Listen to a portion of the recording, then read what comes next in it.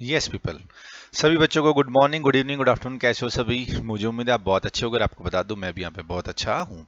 अभी जो मैं आपके सामने क्लास लेके आए, दिस इज लेक्चर नंबर 7 और हमारा टॉपिक कौन सा चल रहा है? Bills of exchange CA foundation के लिए। और इसके अंदर हम करेंगे सबसे पहले सोल्यूशन नंबर 10, फिर एक कॉन्सेप्ट करेंगे। ठीक है जी। सर, आपने बताया था सबसे पहले सबसे आगे लाइन पढ़ लें इस चैप्टर में। मैंने कहा और क्या? पांच general entries in the about transaction in the books of Anil. तो मेरे को शुरू से ही पता चल गया कि साहब हमने अनिल की क्या बनानी है, books. Anil draw bill for rupees 9,000 on Sanjay on 5th April 2016 for 3 month which Sanjay return it to Anil after accepting the same. लो जी, तो हम इसको पहले ग्राफ के फॉर्म में, चार्ट की फॉर्म में ले आते हैं। ठीक है जी, हम पहले इसको चार्ट की फॉर्म में ले आते हैं। सबसे पहले बात क्या कर रहे हैं? अनिल ने एक बिल जी ड्रॉ किया। लो जी, अनिल ने एक बिल ड्रॉ किया। किस पर ड्रॉ किया जी? संजय पे। संजय ने साइन करे और वापस दे दिया, तो संजय के लिए क्या बन गया? Bills payable. अनिल के लिए क्या बन गया? Bills receivable. और हम बुक्स किसकी बना रहे हैं? अनिल की। कितने रुपए का बिल है जी? सिर्फ और सिर्फ 9,000 रुपीज का। कब बनाया था? 5th of April को बनाया था। कितने दिन का बनाया था? 3 months का बनाया था। Anil get the discounted with the bank for rupees 8820। Anil ने इसको 8820 में डिस्काउंट करा लिया। अगर भैया 9,000 की चीज आप 8820 में डिस्काउंट करा लाते हैं, तो कितने रुपए आपको कम मिले हैं? 180 का क्या हो गया? डिस्काउंट। ठीक है जी। ऑन 8th अप्रैल, ये 5th अप्रैल को मिला था बिल, 8th अप्रैल को ये सारे काम कर दिए गए। 2016 एंड डेमिट 1/3। ध्यान से, कल जब हमने क्वेश्चन किया था तो उसमें आधे पैसे ट्रांसफर किए थे, जबकि इस क्वेश्चन में कितने पैसे ट्रांसफर कर रहा है? 1/3। 1/3 remit and 1/3 amount to Sanjay. इसने 8820 में से 8820 में से 1/3, किस चीज का 1/3 जी? 8820 का 1/3। लो जी, 8820 का 1/3 होता है 2940। ये 2940 रुपीज किसको ट्रांसफर कर दिए? संजय को। 2940 रुपीज किसको ट्रांसफर कर दिए? संजय को। तो संजय की जेब में कितना पैसा आ गया? 2940। बाकी कैसा पैसा कितना बच गया? 8820 -2940, दिस कम्स टू 5880। ये पैसा किसके पास बच गया? अनिल के पास। अब देखो, टोटल डिस्काउंट कितना है जी? 180। उसमें से 1/3 पैसा कौन इस्तेमाल कर रहा है? संजय। तो 2/3 पैसा कौन इस्तेमाल कर रहा होगा? हमारा अनिल। तो इस 180 में से 2/3 के लिए कौन जिम्मेदार है? अनिल। और 1/3 के लिए कौन जिम्मेदार है? संजय। 180 का 1/3, 180 का 1/3 होता है जी 60 रुपीज। 60 रुपीज के लिए जिम्मेदार कौन हो जाएगा? संजय। और 2940 और 60 कितने हो जाएंगे? पूरे के पूरे 3000 रुपीज। ये काम करते हैं, पहले यहां तक की एंट्री कर लेते हैं। ठीक है जी, फिर क्वेश्चन पढ़ेंगे। मैंने कहा अच्छा, जैसे आप ठीक सोचो। मेरे साथ साथ सुंदर सुंदर राइटिंग में सुंदर सुंदर फॉर्मेट बनाने स्टार्ट करें और ऊपर लिखेंगे सॉल्यूशन नंबर 10। और बुक्स किसकी बना रहे हैं जी? हम बुक्स सर हम बना रहे हैं अनिल की।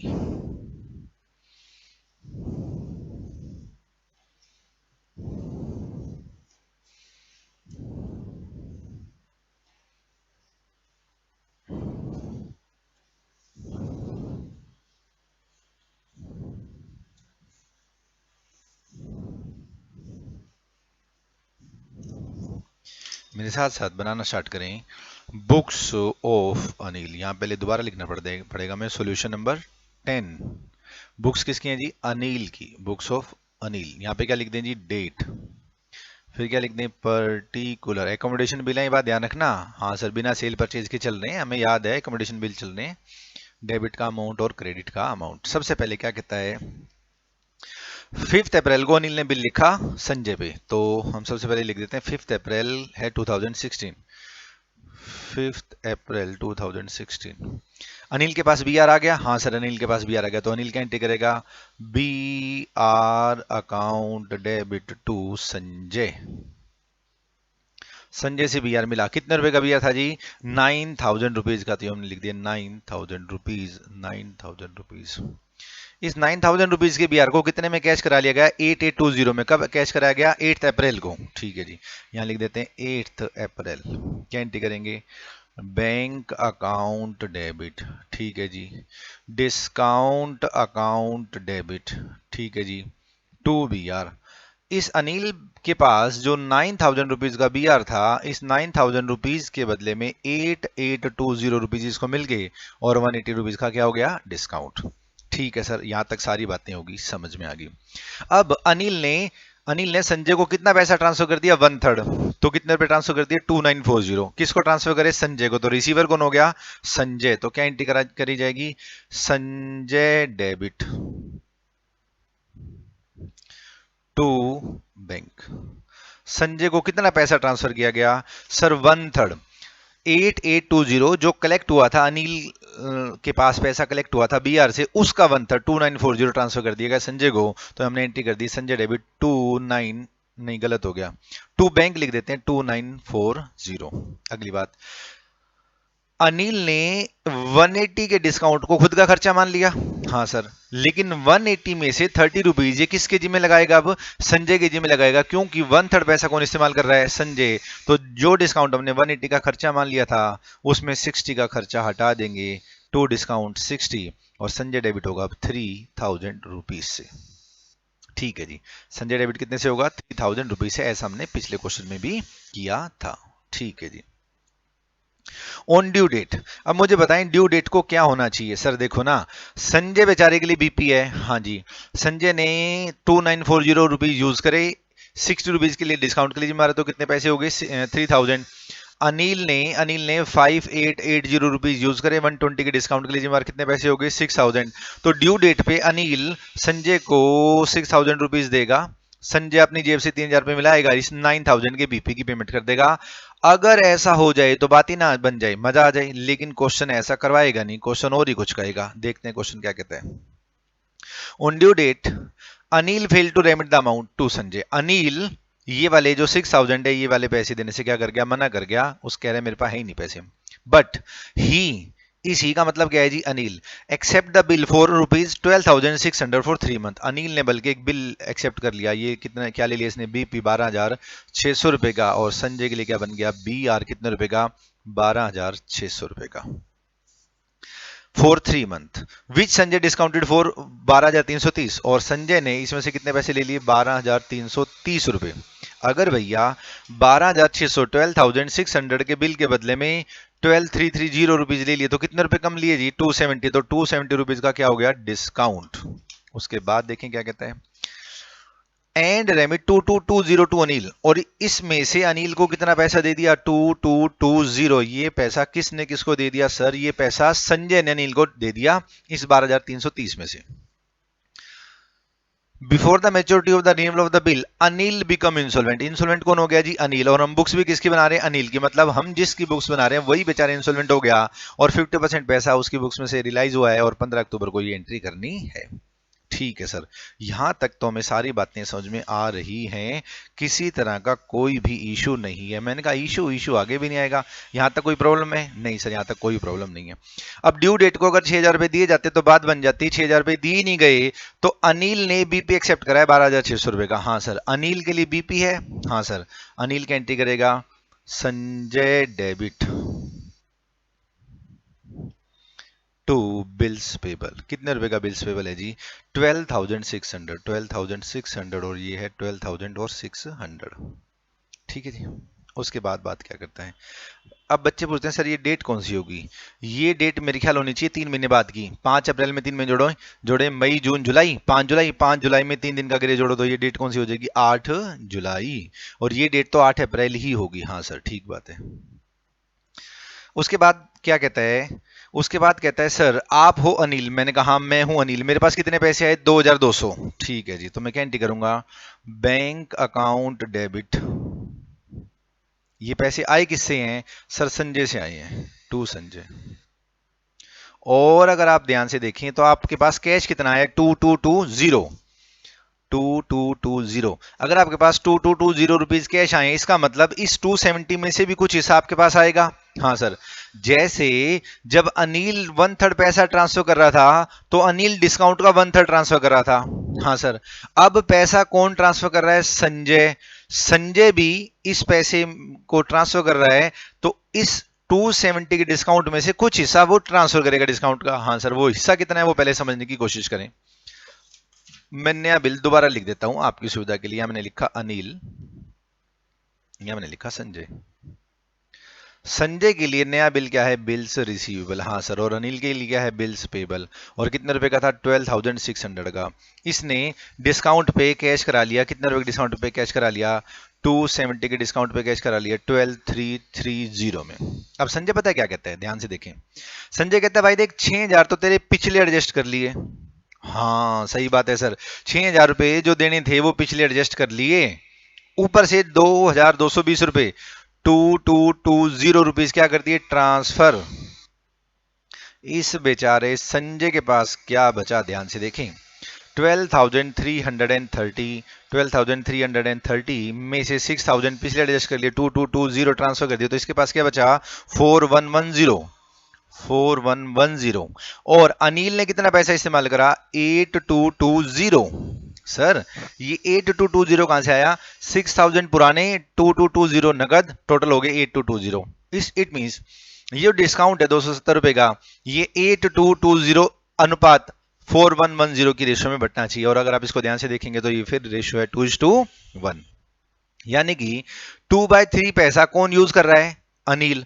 तो इस डिस्काउंट का 2/3 ट्रांसफर हो जाएगा। अच्छा सर 270 का 2/3 अगर मैं करता हूं 3 9 दा 70 ये कितना रुपए हो गया? 180 रुपीज का डिस्काउंट कौन किसको ट्रांसफर कर देगा? सर संजय ट्रांसफर कर देगा ये डिस्काउंट। किसको? अनिल को। अब ये अनिल का खर्चा है, हम बुक्स अनिल की बना रहे हैं तो हम क्या एंट्री करेंगे? Discount account debit. Discount account debit 180 और 2 संजय करेंगे तो कितना आ जाएगा? 2,400। This is very important entry. मुझे उम्मीद है आपको समझ में आ गई होगी। मैं दोबारा बताता हूं आपको। नया बिल संजय ने लिखा। संजय के लिए बीआर बना, अनिल के लिए बीपी बना। इस 12,600 की बिल्कुल 12,330 में कैश कराया। 270 का डिस्काउंट हो गया। संजय कहता है इस 12,330 में से 6,000 पुराने एडजस्ट हो गए 2,220 ये पकड़, बाकी कितने बचे? 4,110। ये 4,110 कौन यूज कर रहा है नए बिल में से? संजय। और अनिल कितने यूज कर रहा है? 8,220। यानी कि जो डिस्काउंट है 270 का ये 2:1 की रेशियो में डिस्ट्रीब्यूट होना चाहिए। तो 270 का 2/3 180 रुपीज का डिस्काउंट संजय अनिल को क्या कर देगा? ट्रांसफर। हम अनिल की बुक्स बना रहे हैं। अनिल के लिए डिस्काउंट 180 का खर्चा है तो हमने ये डिस्काउंट क्या कर दिया जी? डेबिट कर दिया। अब हुआ क्या? अब सर हम बुक्स किसी बना रहे हैं? अनिल की। अनिल के लिए क्या था? बीपी। अनिल का बीपी क्या हो गया? अब कैंसिल हो गया क्योंकि अनिल खुद कौन हो गया? डिसओनर। तो इस बीपी की जो एंट्री की थी उसकी रिवर्स एंट्री कर दें। हाँ सर इसकी रिवर्स एंट्री कर दें। BP debit to Sanjay. BP debit to Sanjay. ये जो बीपी पे साइन करे गए थे वो बीपी बेकार हो गया। रिवर्स एंट्री कर दी हमने 12,600 एंड 12,600। उसके बाद क्या कहता है? उसके बाद बात कहता है कि भैया 50% पैसा हम दे पाए। अच्छा संजय को भी हमने 50% पैसा दे दिया। Sanjay debit 12,600 to bank. हमने इसको कितने पैसे दे दिए? हाफ। 12,600 का हाफ कितना होता है जी? नहीं फिर कुछ गलती कर दी हमने। संजय डेबिट 12,600 से थोड़ी होगा। संजय का अकाउंट बनाना पड़ेगा। संजय संजय संजय। लो जी संजय का अकाउंट बनाओ।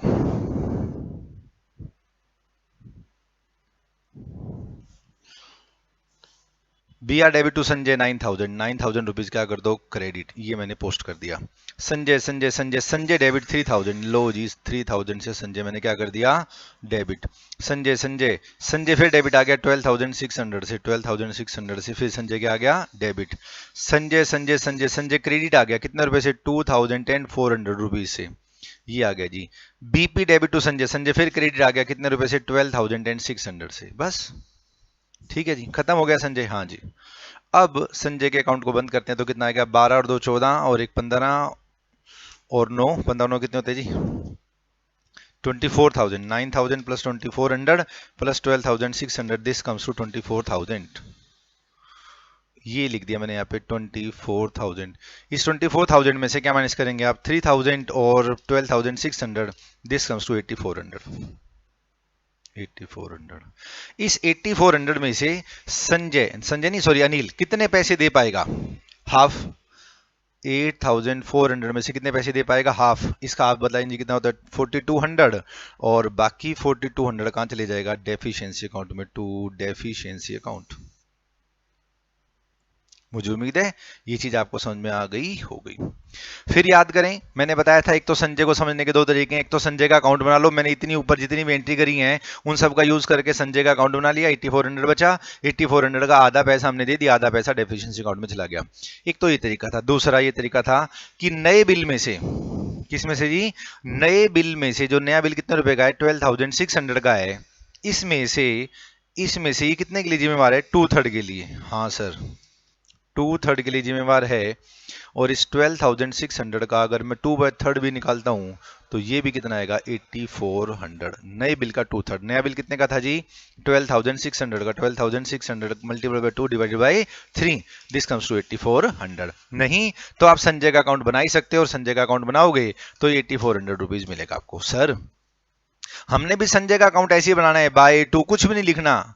अरे भैया आपने सब कुछ लिखना है, नॉर्मल प्रॉपर आपने अकाउंट बनाना है। ये तो वर्किंग नोट में था इसलिए मैंने ऐसा बना दिया, आपने फाइनल एग्जाम में ऐसा नहीं बनाना, प्रॉपर स्केल वगैरह लगा के बना लेना है। सर और क्या बचा इस चैप्टर में, इस चैप्टर में बचा जी बिल फॉर कलेक्शन, और एक बीआरबीपी बुक, और एक बचा प्रोमाइजरी नोट। वो सब कुछ करना स्टार्ट करते हैं। सबसे पहले बात करते हैं बिल फॉर कलेक्शन की। सर आपने इस बिल फॉर कलेक्शन की थ्योरी कराई थी, हमें याद है। अगर आपको इसकी थ्योरी याद है तो इसका प्रैक्टिकल करना स्टार्ट करें।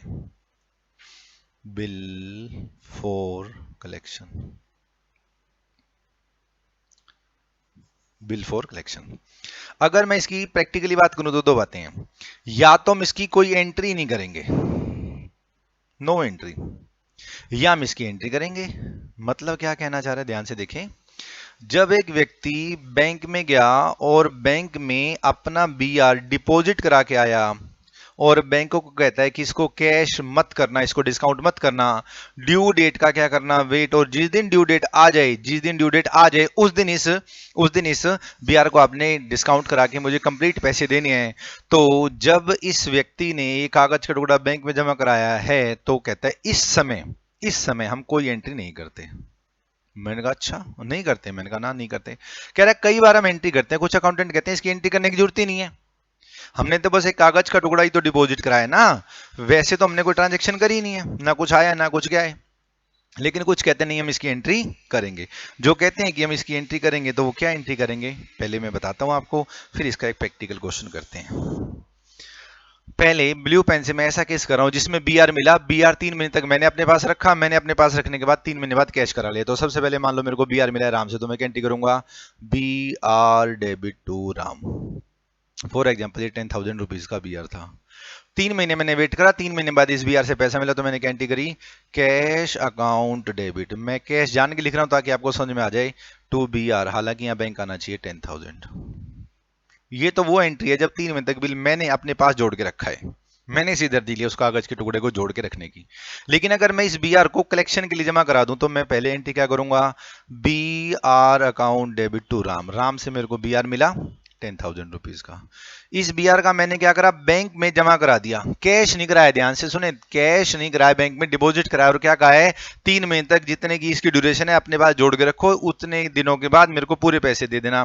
That is called bill for collection debit to BR. मेरी जेब से क्या बीआर चला गया, जी हाँ। और मैंने जब बैंक में ये बीआर जमा कराया तो मैंने उसको क्या नाम दे दिया, बिल फॉर कलेक्शन। अब 3 महीने बाद ध्यान से देखें, बीआर से पैसे मिलेंगे कि बिल फॉर कलेक्शन से पैसे मिलेंगे, सर बिल फॉर कलेक्शन से पैसे मिलेंगे। तो क्या एंट्री करेंगे, cash account debit to bill for collection. कितने रुपए, 10,000 रुपीज। ये कंप्लीट पैसा क्यों मिल रहा है, क्योंकि मैं ड्यू डेट पर कैश करा रहा हूं। अब इन 3 एंट्रीज का जो नेट इंपैक्ट आएगा वो यही आएगा, देख लें जरा। बीआर डेबिट बीआर क्रेडिट, हाँ सर यहां पे भी था बीआर डेबिट बीआर क्रेडिट, बचा क्या था, cash to Ram. BR debit BR credit खत्म, हाँ जी खत्म। Bill for collection debit bill for collection credit खत्म, हाँ जी बचा क्या, कैश टू राम। अच्छा अच्छा, मैंने करा क्या है, मैंने बीआर को बिल फॉर कलेक्शन में कन्वर्ट किया है, फिर इस बिल फॉर कलेक्शन से पैसा मिला है, यहां पर सीधा मेरे को बीआर से पैसा मिल गया था। ठीक है सर, इसका कोई प्रैक्टिकल क्वेश्चन है क्या, मैंने कहा ना, इसका कोई प्रैक्टिकल क्वेश्चन नहीं है। सर अब एक चीज और बता दो, मैंने कहा पूछो क्या पूछना है। सर मान लो ये bill for collection due date को डिसऑनर हो जाए तो, मैंने कहा फिर घबराने वाली कौन सी बात है, ये बिल फॉर कलेक्शन डिसऑनर हो जाए तो आप बी आर तो ऑलरेडी कैंसिल कर चुके हो। हाँ सर, तो आप राम को दोबारा क्या बना लोगे, डेटर। अगर आप राम को दोबारा डेटर बनाओगे तो बताओ क्या एंट्री करोगे, राम डेबिट। क्या एंट्री करोगे, राम डेबिट। और किस वजह से ये राम मेरा दोबारा डेटर बनाया है, क्योंकि उसका बिल फॉर कलेक्शन डिसऑनर हो गया। तो टू क्या लिखोगे, बिल फॉर कलेक्शन। ठीक है सर, सिंपल सी बात है। राम को हमने दोबारा से क्या बना लिया, डेटर। क्यों बना लिया, क्योंकि जो मैंने B R bill for collection में कन्वर्ट किया था, ये बिल फॉर कलेक्शन बेकार हो गया, तो Ram debit to bill for collection. और अगर बी आर डिसऑनर हो जाता तो हम एंट्री करते राम टू बी आर। ठीक है सर, खत्म होगी सारी बातें। हाँ सर, खत्म होगी सारी बातें। अब एक छोटा सा पॉइंट है, B R book and BP book. तो ये फॉर्मेट बना रखा है, हालांकि इसका कोई प्रैक्टिकल क्वेश्चन नहीं है। इसने कहा B R book, date of receipt, voucher number, party from whom received, acceptor कौन है, डेट ऑफ बिल क्या है, ड्यू डेट क्या है, प्लेस ऑफ पेमेंट क्या है, अमाउंट क्या है, लेजर फोलियो क्या है, मोड ऑफ डिस्पोजल क्या है। मोड ऑफ डिस्पोजल में बताएगा कि इसका करा क्या। जो मेरे पास बी आर था, पहली बात तो वो किसने दिया है, और जिसने दिया है क्या वही एक्सेप्टर है, और क्या मैं ही एक्सेप्टर हूं, कौन एक्सेप्टर है, ये चीज देखनी पड़ेगी। फिर प्लेस ऑफ पेमेंट क्या है, बिल की ड्यू डेट क्या है, उसके अलावा मोड ऑफ डिस्पोजल क्या है, कि वो भी यार मैंने आगे एंडोर्स कर दिया है, या मैंने कैश करा लिया, या मैंने बिल फॉर कलेक्शन के लिए डाल दिया है, मोड ऑफ डिस्पोजल में लिख दिया जाएगा। बीपी बुक इसकी रिवर्स हो जाएगी, डेट ऑफ रिसीप्ट की जगह क्या हो जाएगा, date of acceptance. Voucher number आएगा नहीं, यहाँ पे कौन आ जाएगा, drawer. Payee, date of bill, due date, place of amount, sorry हाँ प्लेस ऑफ पेमेंट बोलना चाहिए था मुझे, place of payment, amount, ledger folio और मोड ऑफ डिस्पोजल। तो आप देखेंगे तो बहुत सारे कॉलम तो सेम हैं। जैसे बिल्स पेबल है, बिल्स पेबल है तो सबसे पहले कौन आएगा, ड्रॉयर कौन है जी, पेई कौन है जी, अच्छा पेई कौन है जी, डेट ऑफ बिल क्या है, ड्यू डेट क्या है, प्लेस ऑफ पेमेंट क्या है, अमाउंट कितने रुपए का है, लेजर फोलियो क्या है, और मोड ऑफ डिस्पोजल क्या है। उसके बाद ये आ गई समरी, ये bill receive, B R book and BP book की थ्योरी मैंने आपको करा दी। कुल मिला के बचा क्या, प्रोमाइजरी नोट। अच्छा सर, इतना चैप्टर हमने खत्म कर लिया और प्रोमाइजरी नोट की हमने चर्चा ही नहीं करी। मैंने कहा हाँ सर, एक नोटिंग चार्जेस की चर्चा और कर लेना। हमने वो सुना था एडवोकेट के पैसे, एडवोकेट के कुछ पैसे होते हैं, मैंने कहा उसकी भी चर्चा करता हूं, पहले प्रोमाइजरी नोट पे आ जाए।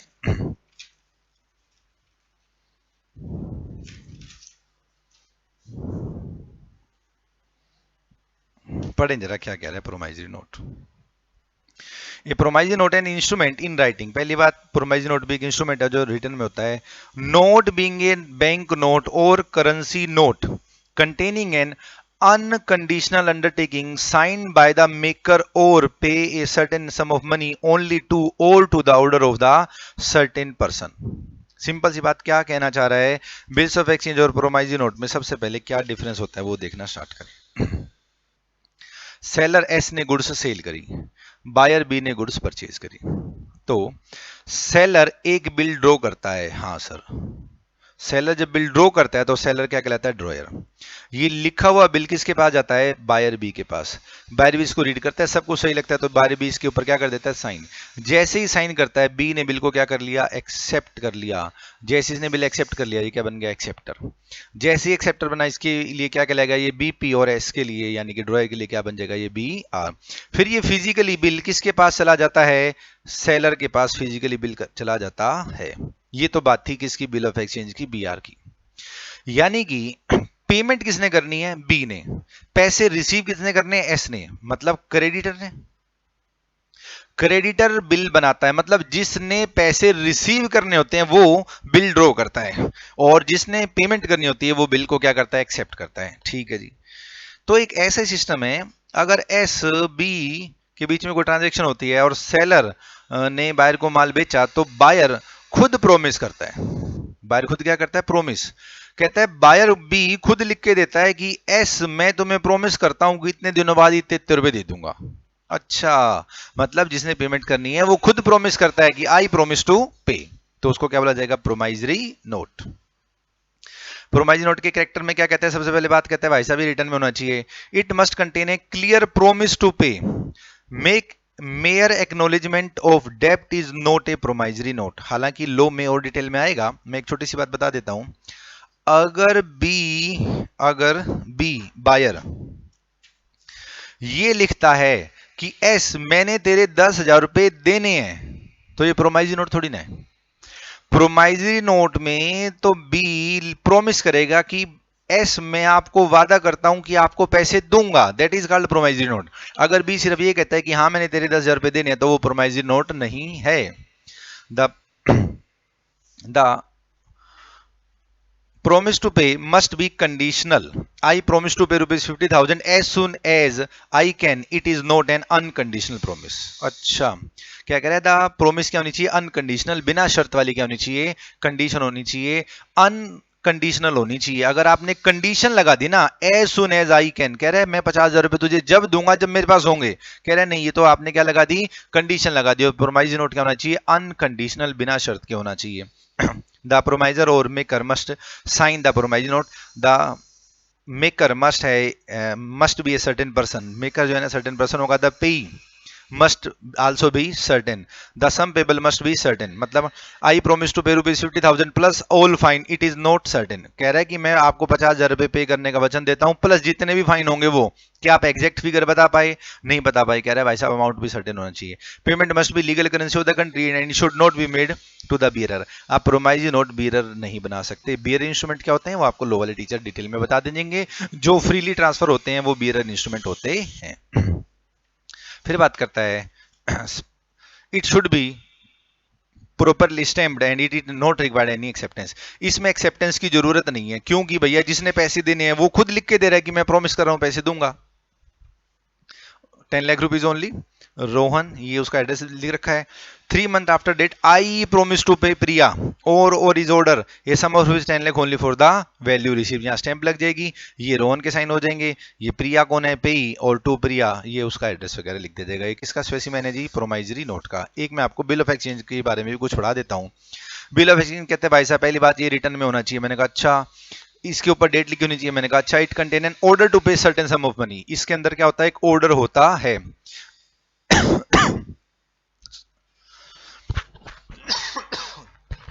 Sorry, the promise to pay must be unconditional. यहां पे भी यही बात है कि अनकंडीशनल होनी चाहिए। The money must be payable to a definite person or his order. The draft must be accepted for payment. यहां पर एक्सेप्टेंस की जरूरत है, लेकिन वहां पर एक्सेप्टेंस की जरूरत नहीं थी। किसके अंदर? प्रोमाइज नोट के अंदर। It should be properly stand and payment must be legal currency of that country. फिर बात करता है इसके स्पेसिमेन की। 11,50,000 ये लिखा। 90 days after date of first bill of the exchange, second and third of the same tenure and date being unpaid, pay an order to MS Vacant John and Associate London to sum rupees this and this। और ये सब sign हो जाएंगे, ये accepted हो जाएगा, यहाँ पे स्टैंप लग जाएगी, ये वैलिसन अपने साइन वगैरह कर देगा, स्टैंप वाला लगा देगा। The following are the example of foreign bill. अच्छा, ये तो फॉरेन बिल का स्पेसिमेन दे दिया इसने। इंडिया बिल का भी यही स्पेसिमेन होगा, बस उसने यहाँ पे फॉरेन वाली पार्टी का नाम रख दिया। तो कह रहा है फॉरेन बिल के एग्जांपल में क्या बात करता है? The bill drawn in India on a person resident outside India and made payable outside India। Foreign bill की पहली खास बात, the bill drawn in India on a person resident outside India and made payable outside India। The bill drawn outside India on a person resident outside India, the bill drawn outside India and made payable India, and bill drawn outside India and made payable outside India। मतलब bill draw करने वाला outside का होना चाहिए, या bill जिसके ऊपर जिसने जो पे है वो आउटसाइड इंडिया का होना चाहिए, या payment bill drawn outside India, bill ही इंडिया के बाहर लिखा गया and made payable outside India, और उसकी पेमेंट भी आउटसाइड इंडिया होनी है, तो वो सारे क्या कहलाएंगे? Foreign bill. मतलब जो इंडियन बिल नहीं है वो फॉरेन बिल है, इंडियन बिल में सब कुछ इंडियन होता है। इतना आपने याद रखना है, इससे ज्यादा आपका किसी काम का नहीं है, क्योंकि अकाउंट्स में हमारे कोई थ्योरी नहीं आती कि फॉरेन बिल को एक्सप्लेन करो 5 नंबर का 4 नंबर का, ऐसा कुछ नहीं आता। हाँ, ये क्वेश्चन आ सकता है, what is the difference between bills of exchange and promissory note. ये बिल ऑफ एक्सचेंज की सारी डिटेल में बता चुका हूं, बात किसकी आई जी? Promissory note.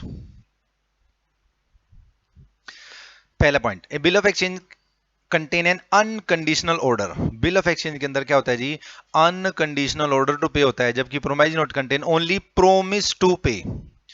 प्रोमाइज नोट में हम सिर्फ क्या करते हैं? प्रोमिस। और बिल ऑफ एक्सचेंज में क्या होती है? अनकंडीशनल क्या होता है जी? Order.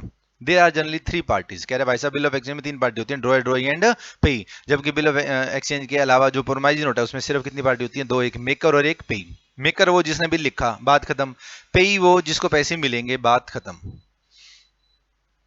The bill is paid by acceptor, the promise note is paid by maker. हाँ सर, सही बात है। बिल ऑफ एक्सचेंज की पेमेंट कौन करता है? जो एक्सेप्टर होता है, जो एक्सेप्ट करता है, लेकिन प्रोमाइज नोट जो बनाता है वही पेमेंट करता है। The promise note is made by debtor. ओहो सर, सही बात कह रहे हो। बिल ऑफ एक्सचेंज किसने बनाया था? क्रेडिटर ने। तो प्रोमाइज नोट कौन बना रहा है? डेटर। अच्छा जी।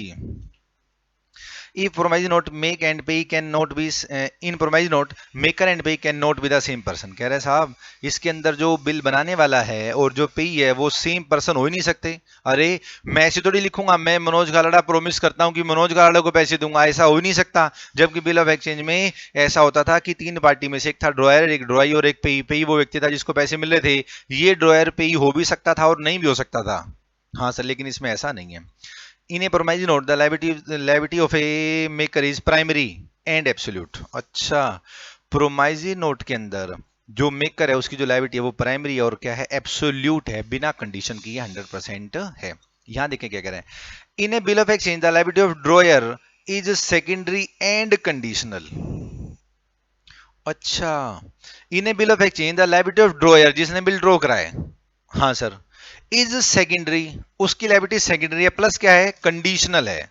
जबकि प्रोमाइजरी नोट में जिसने प्रोमाइजरी नोट बनाया है उसकी लाइबिलिटी क्या है, प्राइमरी एंड एब्सोल्यूट।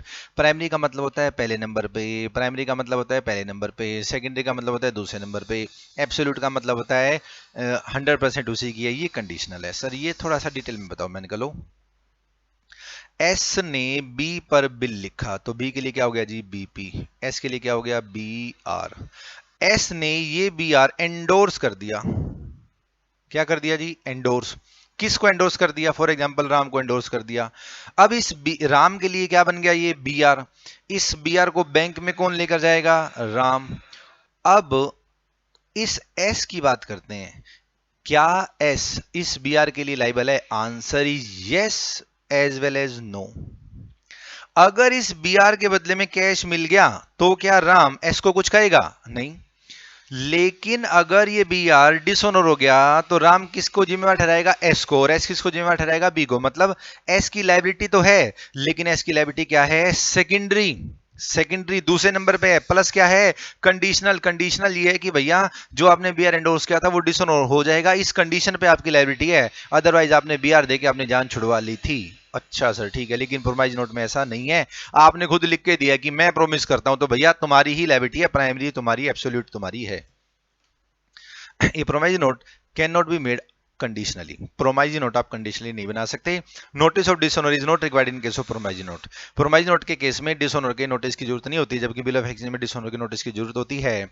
उसके बाद बात करता है, in case of dishonour bill of exchange must be noted and protested. Noting and protest is not required in case of dishonour of promissory note. Promissory note अगर dishonour हो जाता है तो उसमें नोटिंग वगैरह की कोई जरूरत नहीं रहती। अच्छा सर ठीक है जी। इसके अलावा बताओ सर क्या रह गया, इसके अलावा मैं लगभग आपको सारी चीजें बता चुका हूं। नोटिंग चार्जेस रह गया जी, नोटिंग चार्जेस जरूर बता दो।